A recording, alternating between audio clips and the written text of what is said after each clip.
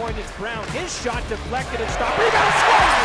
First game as a Regina Pat with a skill query on the doorstep. One of the man advantage, under 8 minutes to play. Here's the second, deflected in front. Zach Stringer on the doorstep. Score!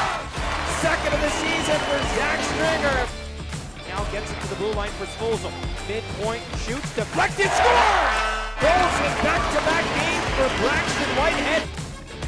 Now Howell moving ahead for Bedard. He's got a breakaway. Here we go, Bedard scores! Back-to-back hat-trick for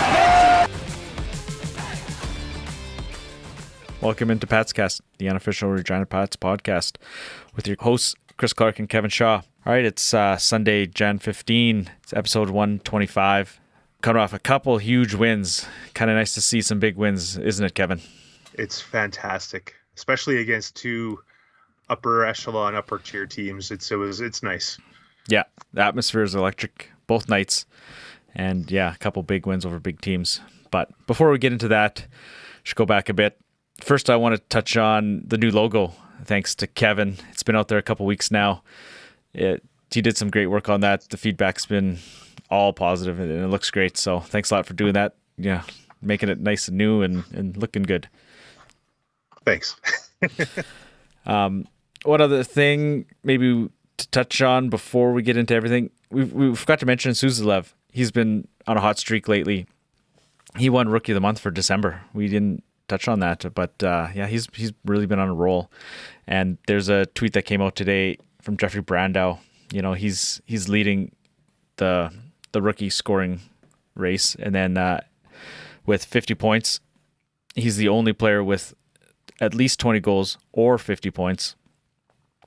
And his 30 assists alone would be fourth in scoring. So it's good for him. He's been on a hot streak here, 3 games in a row with multi-point games. He's been impressive.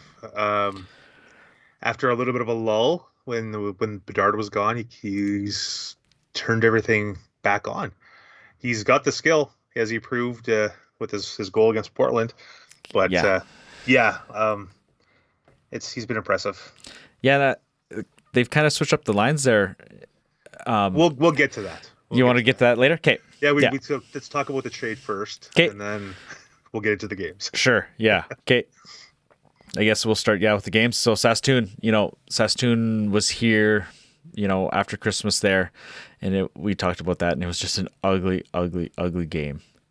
And then, with Bedard now back and Svozil his first game back, it was night and day difference. Like, it was a competitive game from the get-go. Right? It was like the Pats got a little bit of swagger. They got their swagger back. They had Bedard back, and they got Svozil back, and it's almost like they got the swagger, and they were able to skate with Saskatoon. Yeah, that's what I mean. Yeah, they're usually running you into the ice. Or like they just skate, and the Pats kept up with them pretty good. It was nice to see. I wasn't physically at this game, but I watched at home, and that's what it seemed like. It seemed like they were with them, and in the other game, it was just like Saskatoon just skated them into the ground. Like it was just capitalizing on turnovers and all this, and it was just an ugly look. And Friday night, it was just totally the opposite. Like it was like they had a whole totally different team. There were still turnovers, but when you score 7 goals, it helps. Yeah, you make a couple mistakes in your own zone or whatever. It's okay if you score 7. It's okay. But no. Man, it's totally different hockey. It looks, I don't know what to say other than that. Right, you get the first goal, Saskatoon responds, but they don't let that get to him. That was a quick response. That was a fast response. Yeah, 30 seconds later. That was a bit of a theme this whole weekend, actually, but they kept on it, right? Then they get a couple in the second period, right? And then again, kind of a late goal right at the end of the period. Saskatoon, you think, okay, maybe Saskatoon gets some momentum. Got a little bit of the uh-ohs in the mind. Exactly, right? It's 3-2 going to the third period. Saskatoon's a solid team, and it's like, all right, let's tighten it up a bit. But they come out, they score right away. Shorthand, that shorty by Whitehead, that's nice. Beautiful. Yeah, nice pass from Bedard, and then Whitehead. That's his second straight shorthanded goal. good to see him getting on a roll here. And then, then all of a sudden, boom, in the middle of the period, Saskatoon scores, but Regina has the answer with 3 goals in like 2 minutes. It was hard keeping up typing. Yeah. Doing the recap. I was. You said you didn't even see the one goal because you were typing for the previous goal. Yeah, I missed the last Saskatoon goal because I was typing for the Vallis goal. So I had to watch the replay.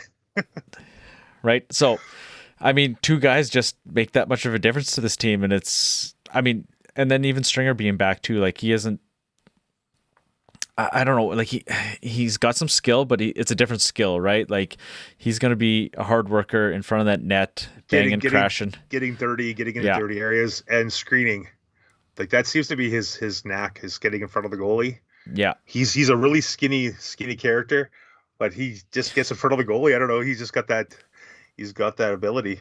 Yeah, and he talked about it in the post game that he he did that back to minor hockey. Like that was his thing. Like, and so that's what the Pats seen him in and that's what they want him to do. They got him on that PP1, and that's, and for a guy that's got bad legs, feet, or whatever, blocking shots on the penalty kill, just cringe, right? Every time he takes a big block, I'm like, he gets up, skates off. I know. You don't want to be that, like, oh my God, is he going to get hurt? But it's like, oh my God, is he going to get hurt? Right? Like, and he talked about it. It's been a tough go for him, and he said that tearing his Achilles was just in summer. He was just doing sprints, like just some regular training, and that was back in, I think he said May. So it's been a long process, and everybody knows that Achilles, that's a tough recovery. Yeah, and from the sounds of it, he came back earlier than they were expecting him to. So yeah, that was a plus. A little early, yeah. So, I mean, he's working out. Like he's not gonna skate with these guys, and he's gonna. I don't think he's gonna have many highlight reel goals per se, but I think he's there and he knows his role and what he's gonna do and bring to this team. Oh, for sure. I like him in the lineup. And I mean, I think that's why they moved Armstrong, unfortunately. Like, I think, looking to next year, he's probably penciled in as their 20, right? I would say so, with the line changes and stuff for the line combinations against the Portland. We'll talk about that in a minute or two here, but it gives you kind of an idea of what maybe they're thinking for next year. Yeah, but we'll see. We'll see how things go next game. Things tend to change on a shift to shift, game to game basis, so it'll be interesting. Yeah. So I guess we can just go right into that game if you've got nothing else for that one. We got Bedard, 5 points, second straight hat trick, 5 points. How much can you talk about this guy? Right. A lot. All the time, because it's unbelievable. 11 points in 2 games since coming back from the World Juniors before the Portland game. It was the biggest crowd of the season against Saskatoon. It was 56-51, and it was loud, electric. The crowd was into it. Every time Bedard touched the puck, the crowd would be ooh ah. It was nice to hear. Like the Calgary game was nice, but this last one, or the Friday one against Saskatoon, hearing the crowd, it was nice. Yeah, I like the atmosphere. No, yeah, I think everybody is enjoying that, and John brought that up too as well. He's like, it's nice to see, and it seems to give the team a lift. Obviously, like, who doesn't want to play in front of that, right? Like, and a big crowd cheering for you every time they pick up the puck, and obviously with Bedard, it's a scoring opportunity anytime he touches the puck for him or somebody else on the ice out there. And then you got to give props to Stan Svozil for his game back, first game back, 4 assists. Yeah. The Svoz show is back, as CBJ Prospects on Twitter says. Yeah. The Svoz show. Yeah. So, and newly acquired Queering scored in his first game, Steel Queering, which was nice gritty, dirty goal there. So it was good to see him get on the board right away. Yeah, and it sounds like, I guess we kind of forgot about that. We should have touched on that first, but him coming, yeah, I don't know. You get going on one thing and then you forget about another thing, right? So, But yeah, he came in Thursday morning. He was in pretty early Thursday morning, got a practice in Thursday, and then played Friday. So he's just right into it. So that's good for him to get off on the right foot. A quick goal here, and he said he hadn't scored in a while, so it was nice in general to get a goal. Yeah, he seems to be for the limited time he's been here, his 2 games. He seems like he's going to be a pretty good grinder, checker guy. And it looks like he can play a little bit of center, so that'll help down the middle for the Pats in the depth department. Yeah, we've touched on that. The center position is struggling in the faceoffs. I mean, this weekend that wasn't bad. I think in both games. No, it was pretty even on both games. So that's good to see. And then They were actually they were 1 over 500 on the faceoffs this weekend. So that's there good. You go. Yeah. Yeah, right. With Stringer out, Spencer out, that's a tough loss down the middle. But it's nice to see he can fill a couple roles there. And then I guess so into Portland, another top team. We haven't seen them in town in person in 4 years, so it's always nice to see some different competition. And not that they'd struggle, but they've had a little bit of a tough time on the Eastern road trip. This was, I think, their final game of the road trip, was it not? I think so, yeah. Yeah. So they had just lost in Moose Jaw the night before, and then they roll in. And I mean, this was a kind of a, not going to say opposite, but it was a good pace game. But the shots on goal compared to the Saskatoon game, there was 32 shots in the first period alone in the Portland game, whereas the Saskatoon game only had 50 total. So it was opportunities back and forth. It was again another entertaining game. It was a good pace to it. I don't know if there was a ton of high quality scoring chances in that first period, but there was chances both ways. Braxton Whitehead again gets on the board to opening the scoring. It was a nice little tip off a Svozil shot, so that was nice to see there. And then Portland scores one on the power play to tie it up going into the second period, and then it kind of opened up into the second period there, didn't it? The floodgates opened. Yeah. Well, the first little bit of the period anyway, the floodgates opened, and then kind of lulled for about 7 minutes or whatever, and then 2 quick goals near the end of the period. It was an interesting second period. It seemed like it was goal, break, goal. Yeah, and there was some good chances both ways there. Like Giannuzzi, man, he made a couple big saves. Like legit highlight reel saves. In that second period, I still want to see a replay of the one pad save, but the Pats scored soon after it. Yeah. So there was no replay. I would have loved to see a reverse or opposite side angle. He made a huge pad save in that one. But yeah, the Pats get 2 in the earlier in the period, and then boom, late. Both teams score one late. And then again, Bedard just putting on a show, right? Like even the one he didn't score, he dangled that D-man and put the backhand over the net. But like the game winner, I guess it would have been. He come out of the box because it was 2 penalties. Him and McCleary both went off for roughing. It was a little bit of a scrum in front of the net there. Then he come out of the box and kind of got behind the D. They weren't paying attention or whatever happened, and boom, he's on a breakaway. And he's got a couple new moves here on the breakaway, doesn't he? Oh, he's opening a new bag of tricks. Every time he shoots the puck almost now, he's doing something a little bit different. Teams are expecting him to wire it, and he does these little deke and tucks and 5 holes and stuff. It's just you can't even guess what he's going to do. Yeah, I mean, goalies, even you seen it last year, they were keying in on that low glove if you're a left-hand catch goalie. Goalies were cheating that way because they knew, he's got such a quick release on his right side. That's an easy spot, right?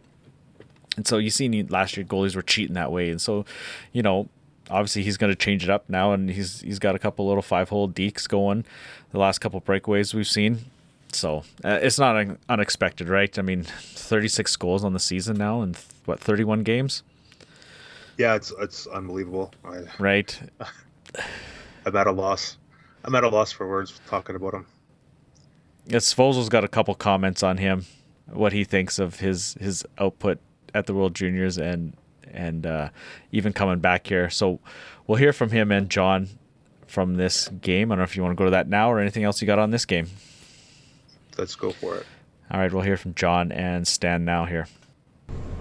What has it meant to get Zach Stringer back? Well, I've repeated lots. Our record last year was X amount of games over 500 with him. He does a lot of little things, like he blocks shots and really, things that aren't real noticeable. And we only had the one tonight or two, but his net front presence in the power play last night. He's standing right there, taking the eyes away when Connor rips that one. He got a goal off a great play low, just being around the crease. So he's an important part of our team. And so that was one of the things that how I viewed it, no matter how things unfolded, is like we were getting a free player in a trade. I thought it was going to be after Christmas, but it was actually a little bit before Christmas. And Zach does a lot of things for us. Even since before Christmas, Stan's basically been averaging 2 points a game. Yeah. What has he meant, and what really kick-started this role that he's been on? Yeah, I'm not sure what kick-started, but when you got a defenseman, what he's doing now and had done before in the last game, and when he left or when Connor left, we left a little bit separate. He was second in the league in assists in the whole league from the blue line. So, yeah, he's a big-time player. He showed that in the World Junior. Truthfully, he had a slow start with us this year. I think for a couple of various reasons, but he's a dangerous guy. Like it's like having the four forwards on the ice. He can do. He's more talented than a lot of forwards on our team and a lot of teams. So. Just as a whole, how was the tournament for you, and what did it mean for your country? Well, we didn't expect before that tournament we'll play final. So I think that first game against Canada helped us a lot because we finished first in group. So we had pretty good opponent in quarterfinal. And then we beat Sweden in overtime. Then we lost in overtime against Canada. But that's first medal after 18 years, so that was huge for us. What was it like to go back home? That was nice, but I was there just for 4 days, so I saw my family, and I was in elementary school in my former hockey club, so that wasn't that easy. But it was happy to be back at home. What was it like to play against Connor? Twice and in the final. Yeah, that's better play with him than against him. But that first game he scored a goal, but they lost, and then we ended his point streak in the final, but they won. So I don't know. How much fun is it to have him on your team again? With Connor? Yeah. That's fun to play with him. He's got 14 points in 3 games, which is unreal. Same as at World Juniors, he had 4, 7, 6, 18 points in 3 games. That's terrible. That's disgusting. I'm sorry, that's disgusting. 18 points in 3 games. I never seen that before, probably. Well, don't sell yourself short. You've got 6 points already just in these last 2 games. How did the World Juniors maybe improve your game, or did that give you an extra step here coming back? It's hard to say right now. The World Juniors is a different hockey style than in WHL, and yeah, I think it helped me. That tournament helped me. So I just want to play my game here. All right. Yeah, Stan touches on his World Junior experience and going home, and that's so good for him, right? That's first medal, like you said, in what, 13 years or whatever. So almost 20 years, I think it was. 18 years, was it? 05? Something like that. Yeah, yeah. It's been a long time for them. Yeah. But the save of the game is probably the McCleary the defenseman Right. Cleary. Yeah. Totally stuffing Suzdalev. Yeah. Second period. He had, or is that was in the third, wasn't it? Was it in the third? Okay, Yeah, it was. Yeah, Because it was on our right, and that's right. Yeah, and he had Absolutely Giannuzzi down robbing. and out. absolutely robbed Suzdalev. And then McCleary just comes in, puts a stick on the goal line, and just literally robs. Yeah, Suzdalev. That was tough to see, but and I guess what we forgot about talking about was the disallowed goal at the end. Well, I was going to get to that next. Okay, Yeah, so that play. whew. So Mike Johnson, he was pretty hot, and he talked to the ref for at least 5 minutes after the game. Oh, at least he was yelling and screaming and pointing at the video screen because the Pats showed the replay at least 10 times, like at least. And I mean, So there is some contact there. Did Bateman actually push him into Sam? I don't think so, but there is a little bit of an elbow like budge there, but he did. It's not like he cross-checked him into Sam. It's not like he really pushed him hard. Like, yeah, he didn't try to avoid him. He basically fell right on top of him. So That's the thing, right? He's trying to sneak. I can't remember who it was, but Chizowski. He's trying to sneak in between Bateman and Sim, and get in front of the net, which is totally fine. And yeah, Bateman gives him a little bit of an little elbow bump, and then Yeah. all of a sudden he's flopping, right? Sprawled right on top of Sim. So take it for what it is. If there was double IHF, guaranteed no goal because of the goalie contact in the crease. But Yeah, here, the referees and lines have been huddled, and they talked about it for a good probably 4 or 5 minutes themselves, that alone, yeah. and then they waved it off. And I guess you can't go to video review on that. That's not a reviewable play. I guess So, not. I That's what's what not to be, I don't know. I'm guessing. I seen somebody mention that, whether or not they're right or not. That's what they said. So, but it's yeah, like you said, WHL, you're just not sure what's going to happen, and it's a little surprising that they overturn a call like that. That's a little surprising, right? They called it a good goal on the ice, and then they said no. They talked about it, and they, like you said, at length, and they decided no goal. Yeah, it's. I'm sure if I watched it again, if I wasn't a Pats I know it's supporter, tough, right? I probably would be on board with the whole maybe no goal or goal. It depends on which color glasses I put on, but I don't think it was a legit goal. But that's just me Yeah, like I could with see my Pats color glasses on. exactly right. It's tough to take yourself out of a biased opinion. Like there is contact from Bateman, but it's pretty negligible. Is kind of what I'm looking at, right? Yeah, for sure. If that would have happened in the NHL, you never know either. There's been lots of times where guys have been bumped into the goalie and vice versa. Guy falls on the goalie, and like one game it's a goal call, and the next game it's not. So you never know what you're gonna get. It's the Western Hockey League. You never know what you're gonna get. Yeah, The you don't. referees and linesmen are human, so they they see it live. They don't actually have the replay, so. It was nice to see all four of them get together. Exactly. Yes. They might have been discussing like their after game plans or whatever, but Who knows? But all of a sudden, they waved it off. Crowd went wild. 17 seconds left. Yeah. Pats held on for the win. And I mean, Portland still had a couple chances within that 17 seconds. Like I said, they held on to the win. They held on just. Yeah. Face off in the neutral zone, and Portland still has a chance or two with 17 seconds. So Yeah. But yeah, definitely controversial ending there. But as a Pats supporter, like you say, we'll take the 2 points for sure. Oh, yeah. They're guaranteed 2 points. Then Portland's got to sit on the bus all the way home thinking about that And stew on it. Yeah, exactly. Yeah. All right. Anything else? It was nice to have they had a big crowd again. Another big crowd. 5,400 people. So over about 5,500 average over the weekend. Yeah. It was nice to hear the crowd. Like I said, every time Bedard touched the puck, Yeah. the crowd oohed and murmur. awed. Yeah. Yeah, it just went woo, ah. It was nice. It was nice to see. Nice to see crowds. Definitely. Yeah. It's just so nice to go to the rink and have that crowd and win too, right? It's that just going to that atmosphere, having that atmosphere around there is just so enjoyable. Yeah, for sure.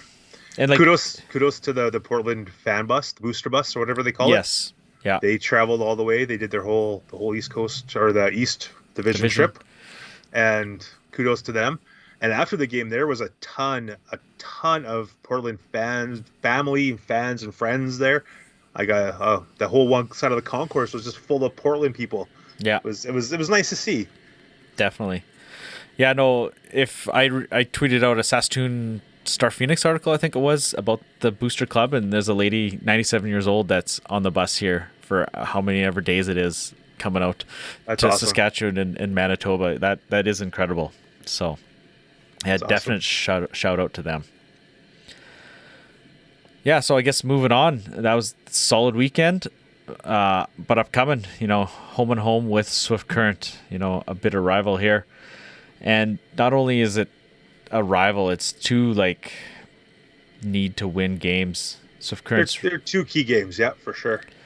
yeah, not a must win per se, but they need to win these games. Swift Current's They're definitely key games. yeah, Pats are 3 points up, and Swift Current's got 4 games at hand. So exactly. So if you can get 4 points off Swift Current, that boosts your lead to 7 points with the same 4 games in hand coming out of it. Swift Current plays. They play one game during the week too, so we'll see how that works out. True. So- Yeah. So they'll pick up one game there against Medicine Hat, wasn't it? Yeah, and Swift Yeah. Current's they're 8-2 in their last 10, so Yeah. Right. they're on fire lately. Yeah, and they made a couple trades as well. They brought in a D-man, Mason Ward, another Ward for the Broncos. The third ward. Second M Ward as well. So, and then they brought in a familiar face, Drew Englot from, legend Everett Silvertip. I think he was there for all of 16 hours. Or showers, yeah. Something like that. Right? Unfortunately, he lost his spot in Kamloops when they picked up Hofer. Ryan I Hofer. think, yeah. Hofer. So he was the odd 20 out, unfortunately. So he went to Everett, and Everett flipped him to Swift Current pretty quick. That's an interesting trade. Swift Current gave up Rafael Pelche. He had 13 goals this year, I think, and a second round pick for Englot. Don't get me wrong, Englot's a great player. Just 3 goals on the season, but maybe they're looking for some more grit, I guess, because that's what Englot brings: grit and excellent face-off. Good penalty kill, face-off guy. Yeah, so maybe that's And he's from Candiac too. Yeah, Candiac, local Saskatchewan, guy. So he's Yeah. a local guy, and they seem to like their local guys. So yeah. So I don't know. Maybe that's what Swift Current needs. They think they need, but I mean, from the outside, you just looking at the peripherals, you're like, yeah, they gave up a scorer and a second round pick for a depth guy, right? Don't get me wrong. I love Englot's game, but but what we've seen, the prices were high for way too high for some guys. But yeah, hey, if you want him, people were saying, hey, I want this, and this, right? yeah, if you want them, pay for them. Right. And after we had the big deals on Sunday, there wasn't much per se. Monday, Tuesday, there wasn't a ton of stuff going on. It was kind of quiet. I think because the deals were, or the asking prices were so much, and the Pats, they said they were looking to bring in another forward after moving Armstrong, and they did. They brought in one, but that was it, right? I think it just the prices were just too much, I think, to pick up a 19 you're only getting maybe for this season. And the whole querying trade was announced almost 3.5 hours. Almost Yeah. 3.5 hours after the deadline. So that was Interesting. an interesting trade. Yeah. Yeah, because they had the media press conference at 4:30, half an hour after the deadline, and I was going to try and make it down, but I didn't. But so I listened to the video like everybody else, and It's like we have nothing to announce other than we brought in a player.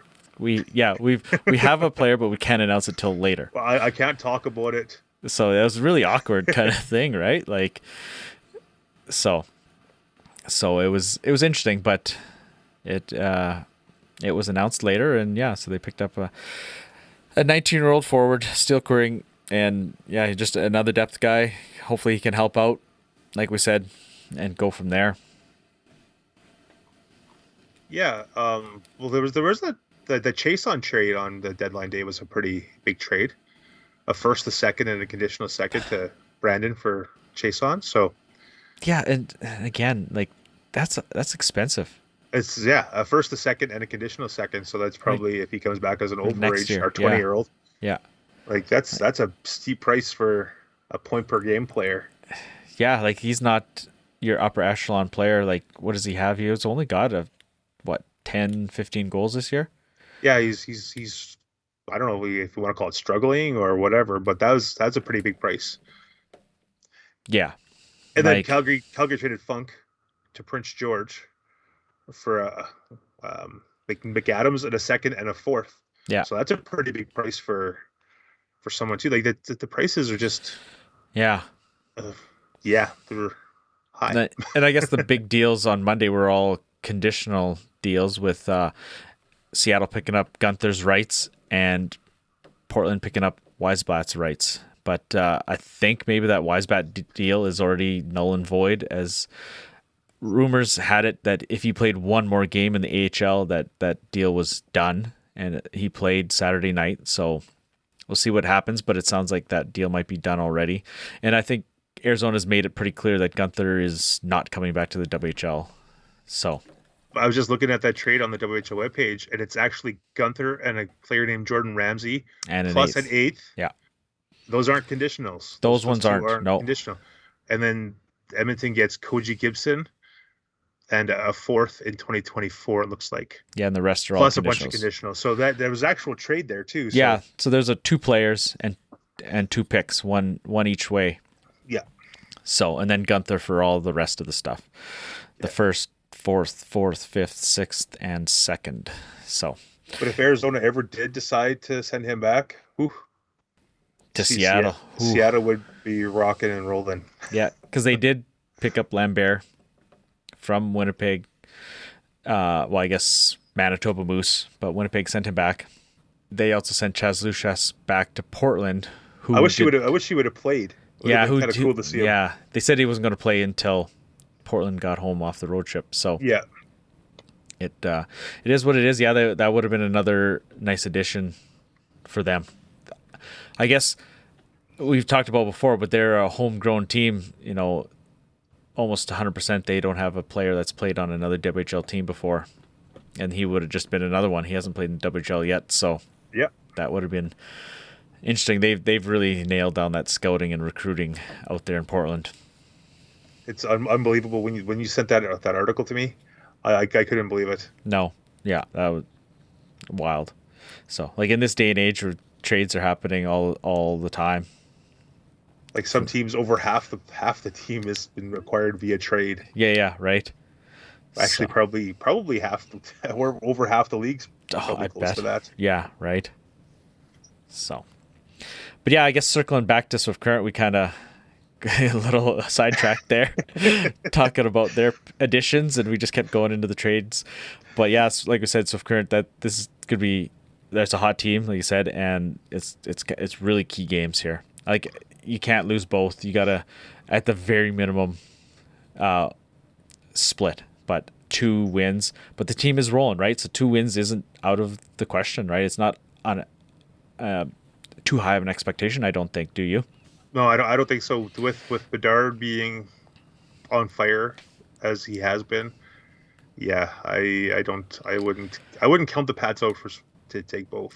Yeah, and they're not out of any game as it seems, right? Like No. you looked how bad, like we said, they were against Saskatoon with him and Svozil gone, and it's just night and day Oh, here yeah, 100%, on Friday. 100%, So, yeah. and then you just take on a top team in Portland. I mean, they're at the end of a long road trip, but that's what you got to do is you got to key on that and take advantage of it at maybe a tired team.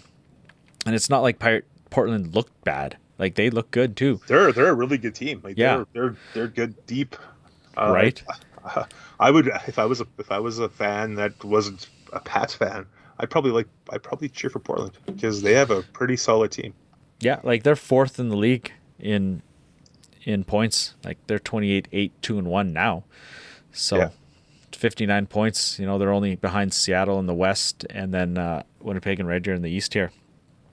and Saskatoon's right next to them at 57 points. So taking 4 points off the top, top 2, top 5 teams in the league is very impressive. As much as this team has been kind of hot and cold all year, right? They just got to keep it up. Got to bring in the wins. Yeah, seal their own fate, not leave it up to other teams. They got to like last winning. year. Yeah, continue winning as many games as you can against whoever you can. Yeah, and then things will fall into place as that happens. Exactly. Yeah, teams got games in hand. You can't worry about it too much. You gotta win them. Yeah, just win. Especially the teams behind you that you should be beating not easily, but on paper, you should be winning, right? Games. Yeah. Should be wins, but like I said, got to make them. So if Current's hot, you can't take them for granted at all. So yeah, Swift Current should probably. I think they're playing under where they should be. Yeah, we've mentioned that before. You kind of expected them to take a little bit of a bigger jump this year. Yeah, but it is what it is. It seems like they're not getting some scoring from guys they were expecting, and getting scoring from guys they weren't expecting, I guess. Yeah. Vice versa kind of thing. Yeah, and a little shake-up. A couple players brought in, a couple players moved out, so maybe that will give them a spark that they are looking for. Yeah, for sure. All right, I think that's about all we got for this week. It wasn't a ton of stuff, but we still managed to talk about lots here, didn't we? Oh yeah, it was turned into something. Yeah. Not that there wasn't nothing to talk about. It was 2 good wins, so it's nice to see. It's always nice to talk about wins rather than struggling losses. 2 good wins, 2 pretty packed houses, not full houses, but pretty packed houses. 2 exciting games too, right? 2 exciting games against 2 top end teams. All right, I guess so. With that, we will talk to you next week. Have a good night. Have a good one.